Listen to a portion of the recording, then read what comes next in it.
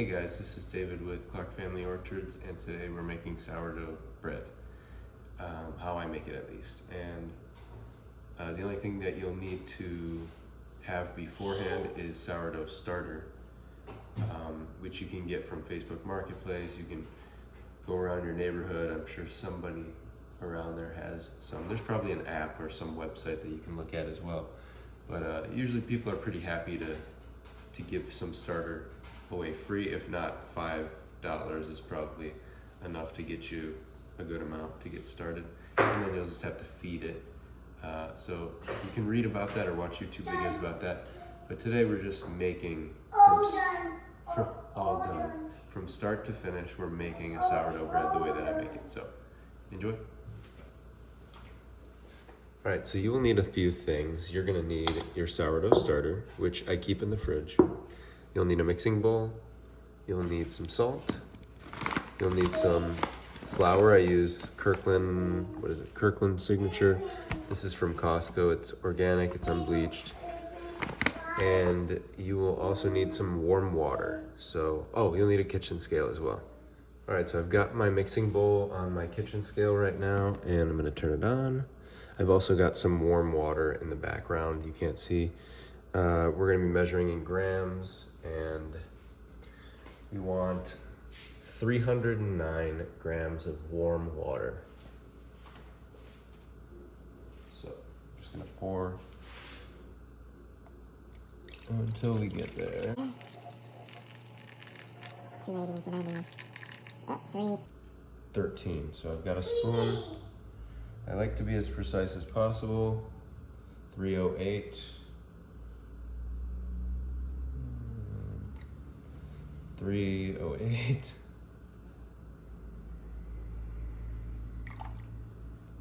309. Okay. So now we add the salt. And I usually do 3 to 4 grams of salt. I know you can do up to 10, 15. I just don't need as much salt. I don't like to have as much salt. Okay, so tare, and we're up to 3. So what I'm gonna do at this point is I will take this off the scale. Sorry if there's background noise. I've got a not even 2-year-old awake and a dog back there. So I like to just mix the salt in with the water, and you want to do this because you sort of want to give the starter the time to, or not the time, you want to give it the chance to do what it needs to do, right? And some people put the salt in and then the flour and then the starter, but I don't know.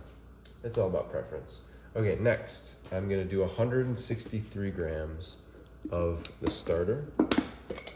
So I have 2 spoons here to be able to lift it out. And the starter is good, it's bubbly, it's been fed recently. Okay, so turn the scale back on. We're gonna go for 163 grams. Okay. And I'll speed this part up so you don't get bored.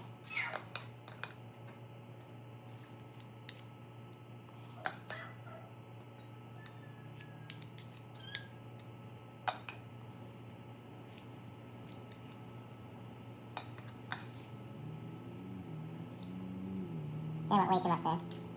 I'll take some out.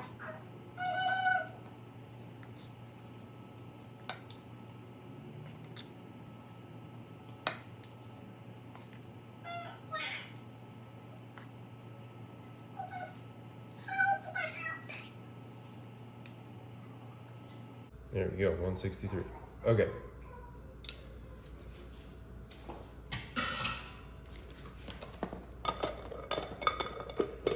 Now I'm gonna put my starter back in the fridge.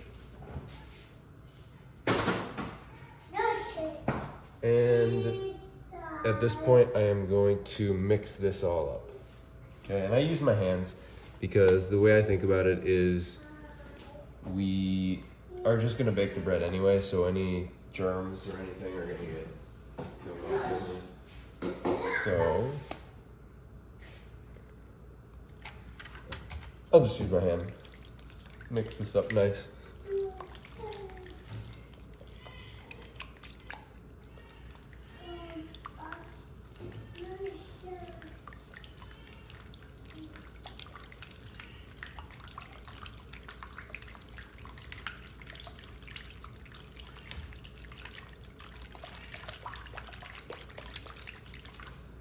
All right, once it's mixed up nicely, I'm gonna add the flour.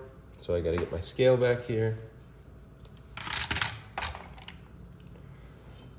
All right, we wanna tare, make it back to 0. There we go, 0. Okay, so I want 470 grams of flour. Here we go.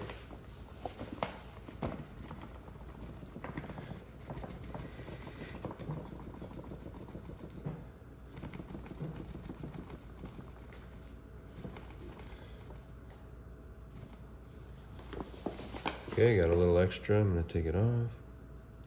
There we go, 470. Okay.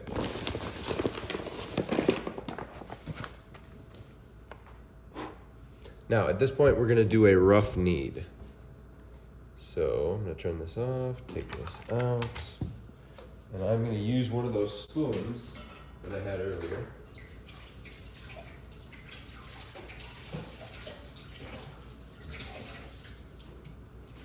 Just gonna come in here and knead this. Now you could use a kitchen scale if you have, or not a kitchen scale, you could use a KitchenAid if you have a KitchenAid. Drink some coffee real quick.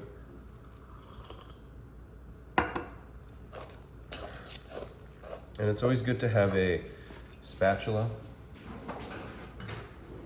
on hand so you can, you know, get the sides. Sometimes I use a spatula, but I find a spoon helps to mix it up as well. So it is a messy thing that we're gonna be doing right now.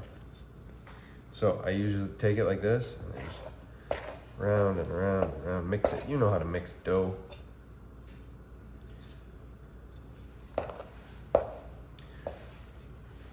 Okay. Once it gets to look like this, I'll usually use one hand. So I will need roughly, okay. It is a little messy, but that's okay. So I'll use one hand, and I'll usually get my hand wet.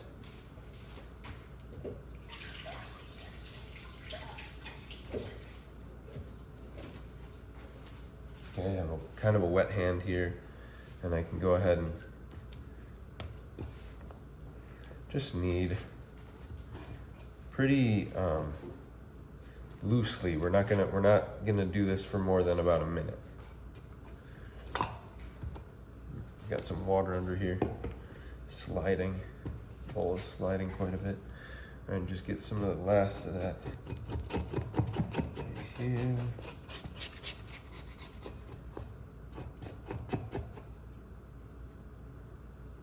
Okay. You opened? Okay. It will start to feel like it's getting wetter again the more that you mix, and that's okay. That's kind of how it's supposed to feel. It's also gonna feel sticky, and that's basically the starter doing its job. But I don't want to get more than one hand dirty because it's kind of annoying to have two hands that are like this.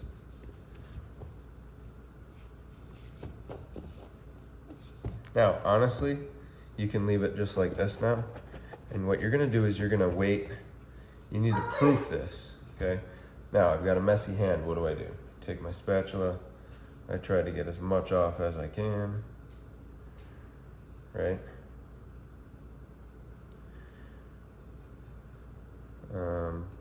you're always gonna waste just a little bit unless you use a lot of like olive oil or something like that, which is, I'm okay with wasting, 1 to 2% of everything. Sometimes I take my fingers, and between your fingers you can usually get some off. But what we're gonna do is look at the time, and right now it is 8:10 on my microwave and 8:13 on my oven, so there's a little bit of a discrepancy of time there. But what I'm gonna do is I'm gonna cover this with a tea towel or an old shirt or a rag, just like this, for 1 hour. And I'm gonna come back in 1 hour and I'll show you what we do then.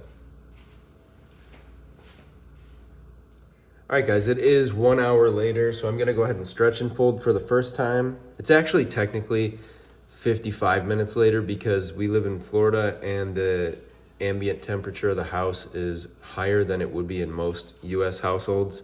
We keep our thermostat at 77 degrees. When I lived in Illinois, it was probably 68 or 70. I can't exactly remember, but so yeah, let me show you what this looks like. I'm gonna wet my hand like I do usually. I'm gonna show you now. We're just gonna go around and kind of stretch and fold as the name would imply. So you take up and you stretch it and you fold it back. Go around, stretch, fold. You'll notice the dough is stretchy. Stretch, fold. That is the fermented starter doing its thing. And I don't know if it's lactobacillus or whatever the fermented bacteria is. Okay, so I've gone around in a circle and just done it like that. So basically, it's just gonna sit like that again for 1 more hour, and I will see you in an hour. All right, hey guys, here we are about 2 hours after the initial kneading of the dough. So we've already done 1 stretch and fold. Here's gonna be our second stretch and fold. Now we're gonna do this a total of 3 times, and then we're gonna let it sit for another 2 to 3 hours. Now for me, because we live in Florida, I tend to go about 2.5 hours instead of 3. So that would be a total of 5.5 hours since initial kneading. Whereas, if I was up north and my house wasn't as warm, I might do 6 hours. Okay, so we're just gonna go around just like we did before. You'll notice each time you do this, the dough gets stretchier and stretchier. That's what we're looking for.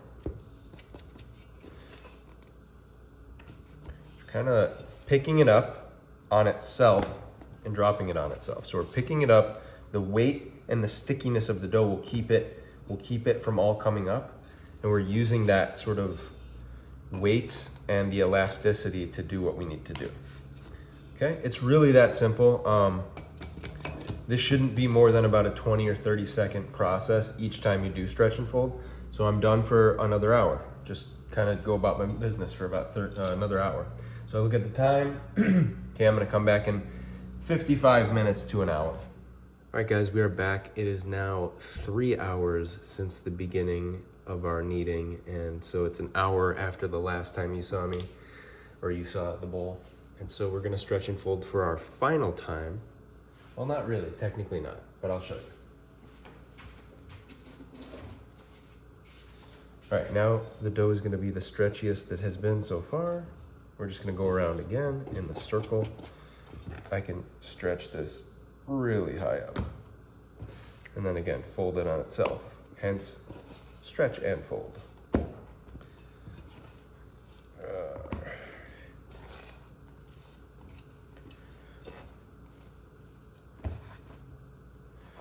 Flipped it on itself.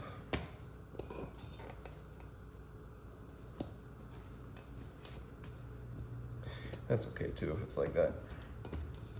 All right, now we're gonna do, I believe this is called bulk fermentation, where it's gonna sit the majority of the time now. So I'm gonna cover it back up. It's gonna sit on the counter for another 2.5 hours. Normally you'd do 3 hours, but again, since we live in a warmer area of the US, we're gonna do it for less time. and I'll be back in about 2.5 hours. All right, hey guys, so we are 5 hours now after the initial kneading of the dough. So I would say anywhere from 5 to 6 hours, and you can do this step. But you know, if you want it to rise more, if you want it to be more sour, you can do 6 hours. If you don't care about that and you just want to eat the bread because you're hungry, you can do 5 hours, you can do 5.5, it's up to you. If you live in a warmer area, you can do 5. If you live in a colder area, you can do 6 or even 7. But there's a step now that's, there's actually a few steps. So I also didn't mention, but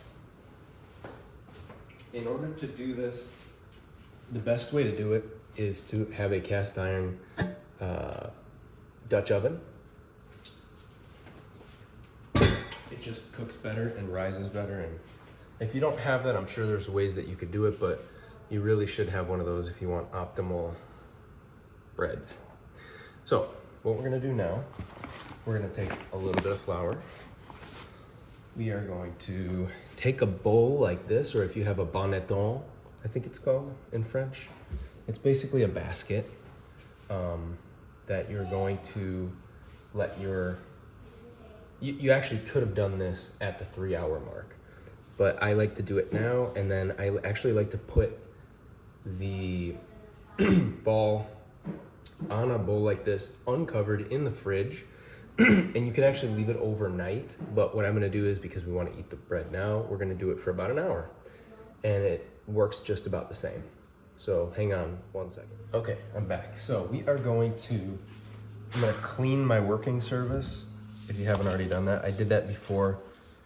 I'm gonna do it now just because you never know. Dust settles, bugs, whatever, I don't know, who knows. So this is gonna dry for just a second, and while I'm doing that, I'm gonna uncover this, take a look at it. You may notice some bubbling. That's just the fermentation doing its thing. And I don't need the scale anymore, so that's gonna go off to the side. Okay, this is almost totally dry. I'm just gonna wait about 10 more seconds. I'll probably skip this part in the editing. All right, we are totally dry. So I'm gonna take one of these. This is not the same one that I used before, but it's okay. I'm also gonna lightly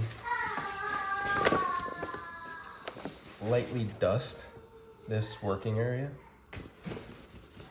It's gonna help with, so this doesn't stick. And what I'm gonna basically do is pour this out onto the surface. And I'm gonna use this spatula to kind of help me so I don't leave anything behind.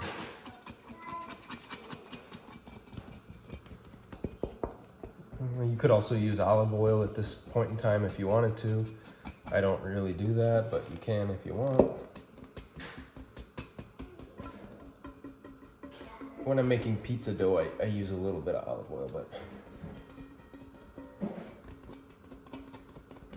Okay.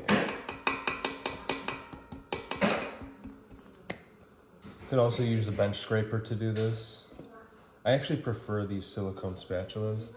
Okay, so now, a couple things we're gonna do at this point. We're gonna make sure the flour is on the bottom and on the top.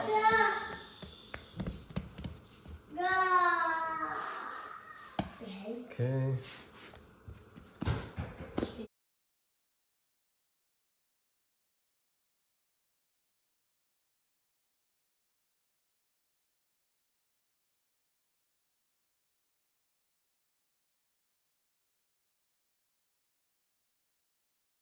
Okay, so we're gonna go ahead and stretch and fold one last time, but we're gonna do it a little differently.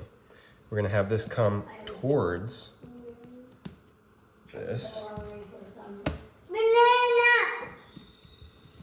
Give me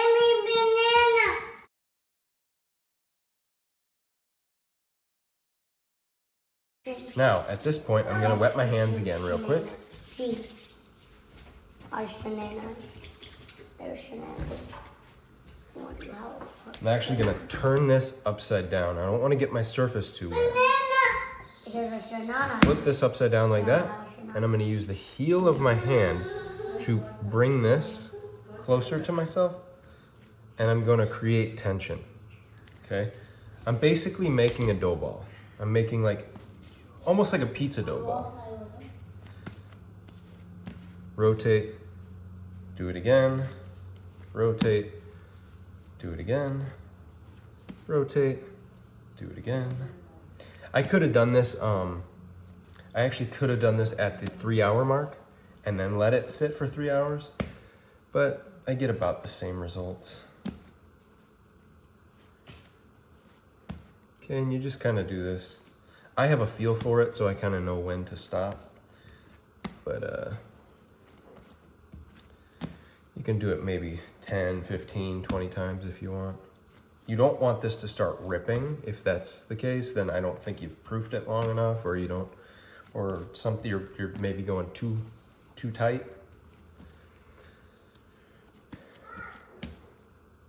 Okay, so I'm about the point where I want to be. Maybe 1 or 2 more. Okay, now I'm gonna flip it.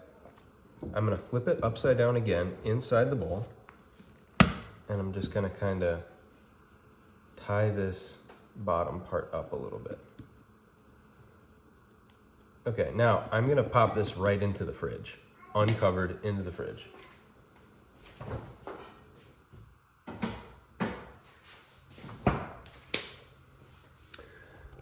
All right, at this point, let me see, I gotta fix this. All right, at this point in time, I'm gonna go ahead and preheat the oven. I'm gonna preheat the oven to 450. Can't really see what I'm doing, there we go. 450. And you're gonna wanna make sure that you have enough space for your Dutch oven. You don't want it to be sitting right at the top there. And then I'm gonna throw my Dutch oven in with the lid.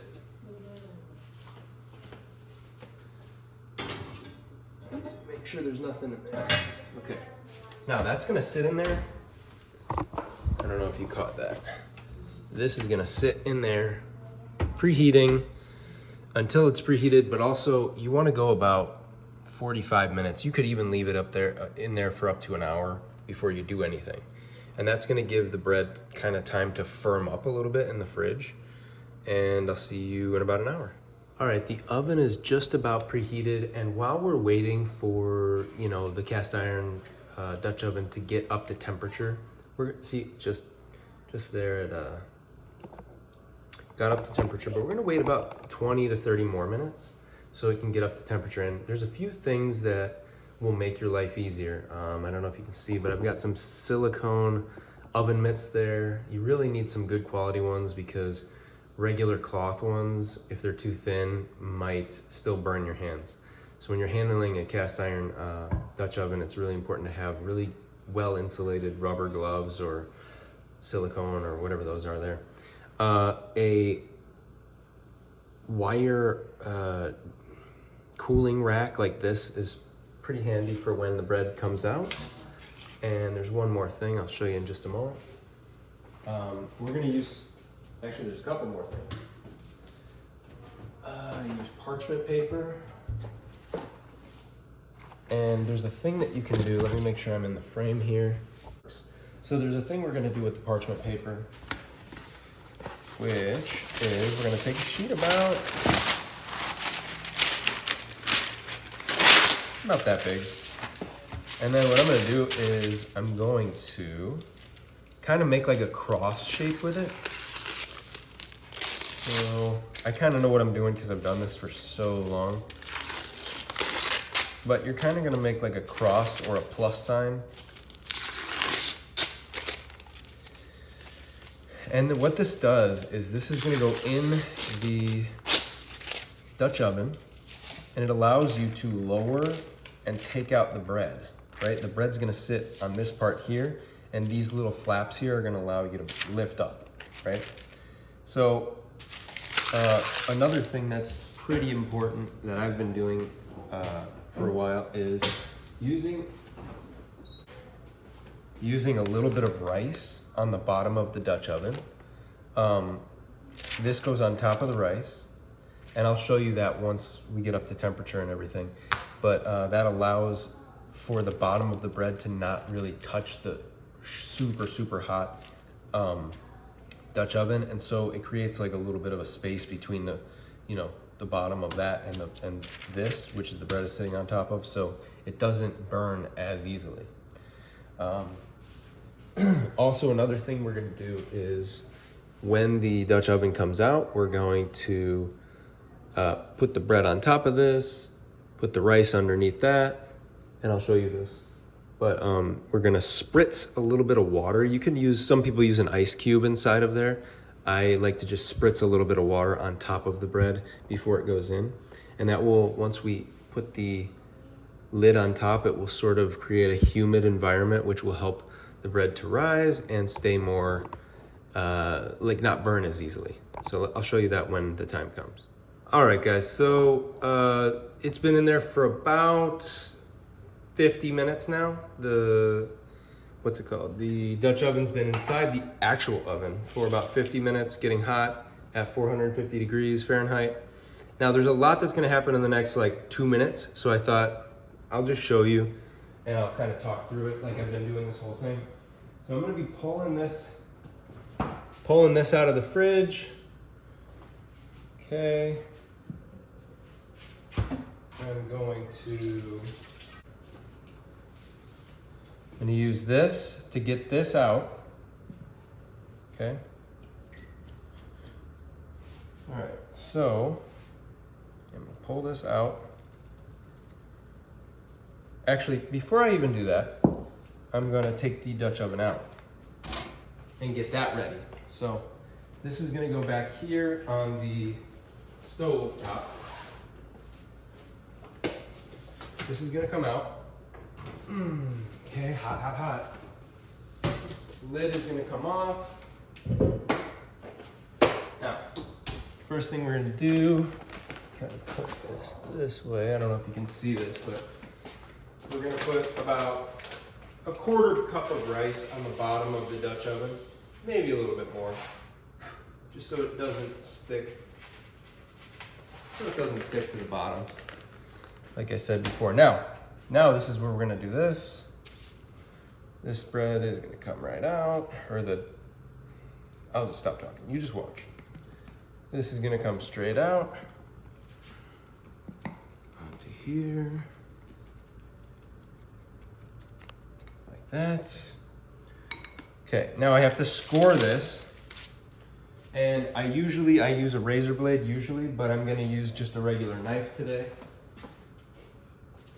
So a couple ways you can score. I like to kind of just go straight through and then maybe 1 or 2 on the sides.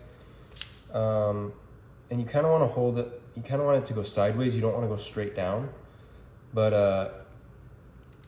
I'm gonna kind of do like that. And you can go back in for a second one. Then I'm gonna also do maybe this top part right here, bottom part. You can have fun with it. People do different designs and stuff. I'm not really into the designs, or I never got good at them. So, all right, I hope you guys, let's see if you can see the Dutch oven. No, you cannot. So I'm gonna raise this up.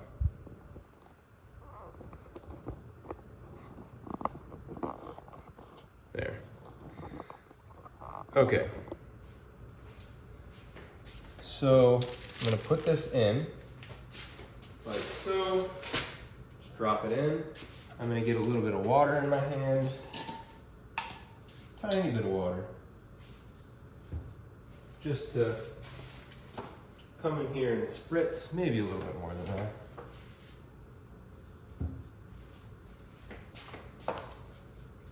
Okay, now the lid goes back on top.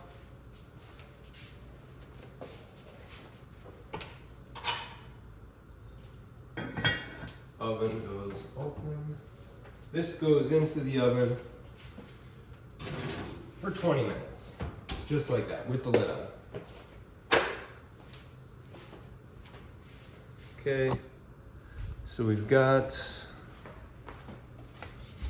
that in there with the lid on. Now we're gonna set an alarm for 20 minutes. All right guys, it's been in there for 20 minutes, and so now we're gonna go ahead and take the lid off. We're gonna take the lid off, and then we're gonna leave it in there for another 20 minutes. Oh yeah, that's a good looking one. That is looking good.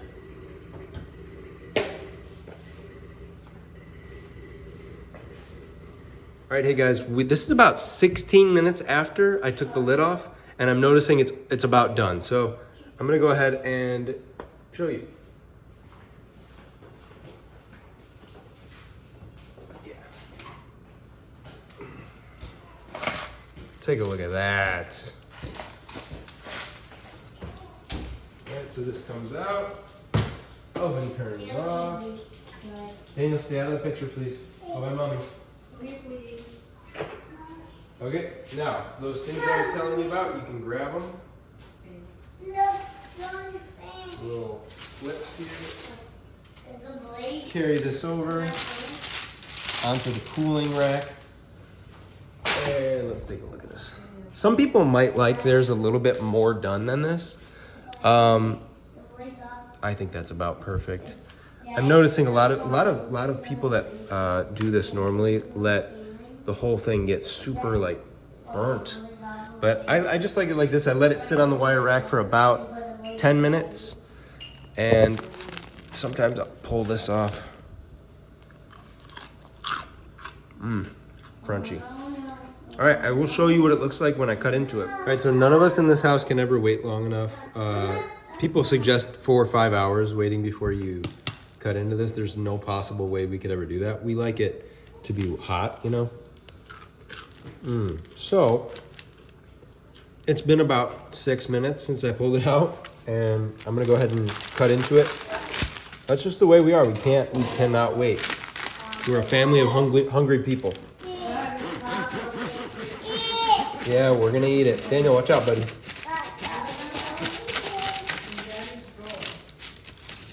Okay.